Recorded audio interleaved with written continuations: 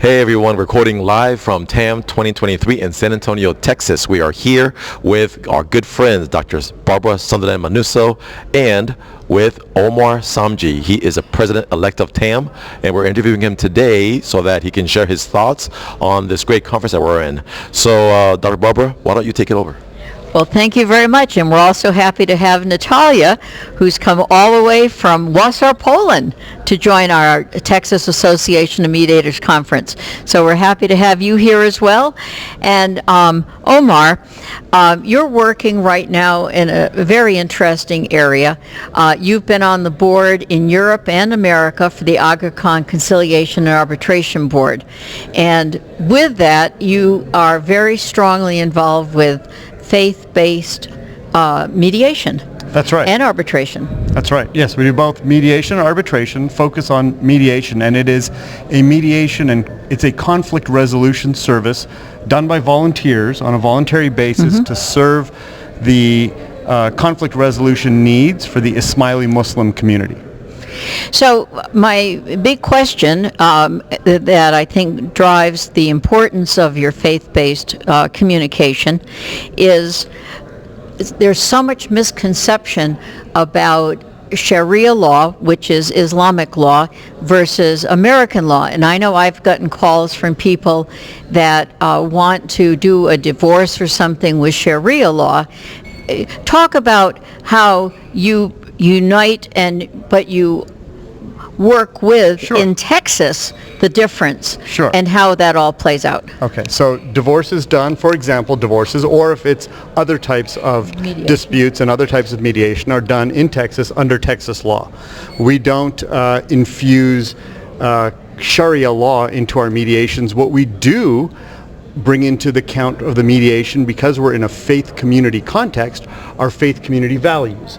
And these are the values that you and I and others in our community share, and many of us in faith community share and derive from our faiths, of compassion, of providing dignity to other people, of being honest, of being mindful of different generations, of being fair. And so we bring those notions in, but we don't bring in any notion of a competing set of legal doctrines. It's mediation for divorce in particular under Texas law, for those mediations in Texas, or under the law of the land of wherever you are, and it's not infused with religious law. It's infused with, let's all abide by and agree to a certain set of principles that we all, and ethics that we all ascribe to, and then let's try to preserve harmony in a community. And I think this is true in all community mediation, whether it's faith-based community mediation or other forms of communities.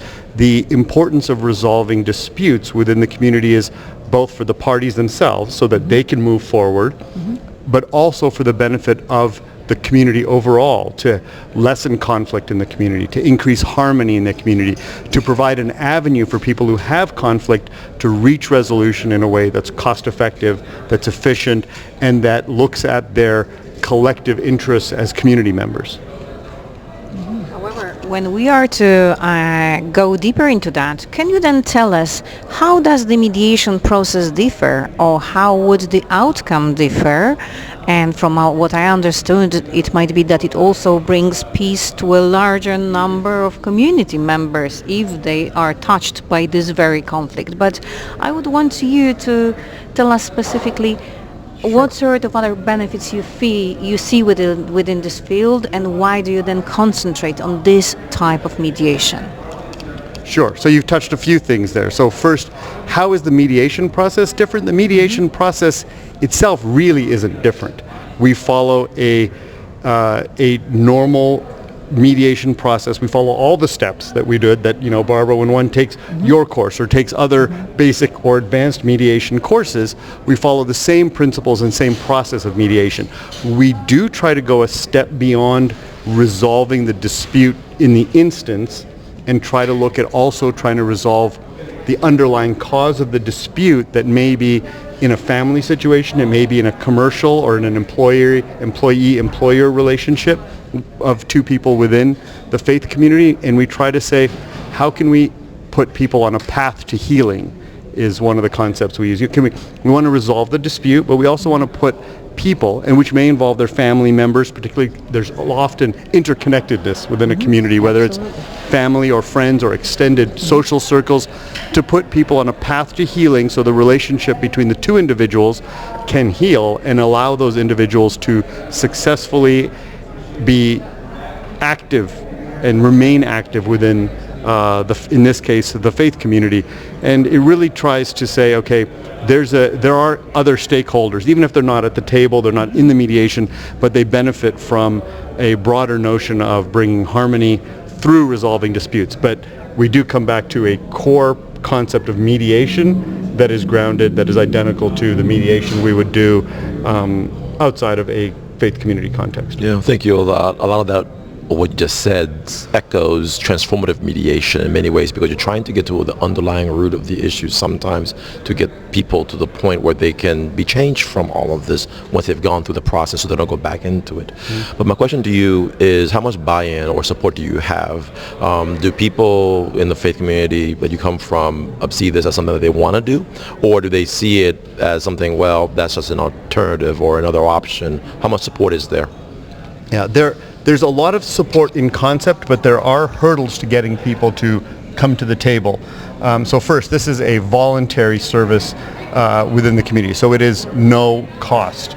And on the arbitration side, it's very low cost. There are some administrative costs that the parties bear, but they don't pay for the mediators or the arbitrators' time.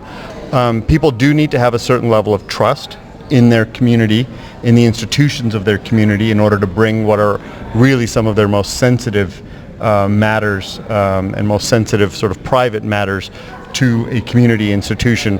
So there's a high level of trust required, and that is something that we spend a lot of time in helping develop trust and help people understand that there's a degree of competence in the services we're offering, there's confidentiality in the services we're offering, and then also that the process we're going to follow is a best in practice mediation service, and that we're not going to bring preconceived notions of an outcome, right? We're going to be true neutrals. We're going to ensure that the process is fair and that we account for power imbalances and all the things a mediator does, but we're not going to do a process where we have a view coming in as to whether a divorce, for example, should proceed to divorce or a couple should stay together. That's not the job of the mediator to have a predetermined view of. And so we do need to, and we work a lot on ensuring we have that credibility and that messaging within the community so they understand that even though we're part of the faith community, we're not going to take a doctrinal view to their dispute. Well, Omar, I thank you so much for sharing your information on faith-based mediation. You have a lot more to tell us, and I get calls from a lot of clients. So we're going to have you back as a guest again over this year, and we'll talk about more specific cases and more of the impact of the convergence of people's misconception of what their cultural background that they're bringing to the Texas mediation and faith-based programs, especially like yours, with the Aga Khan. I would love that. And one of our goals within the Aga Khan Conciliation and Arbitration Board is to engage in dialogue with the broader community of ADR practitioners around these exact issues. So I really appreciate the opportunity to come and speak with you. We certainly appreciate you. Thank you for being here, and we'll talk again. Thank you. Thank you. Manuso Mediation and Manuso Musing. But yeah, be sure to check out more with Dr. Manuso on Manuso Musings on the podcast. Comes out every week. And also we have on the screen Omar Samji's a page to the TAM page, because he is a secretary of TAM as well as on the board of TAM and the president-elect, as we said before. So be sure to check out that page on texasmediator.org, txmediator.org. All right, guys, signing off from TAM 2023 in San Antonio. Take care.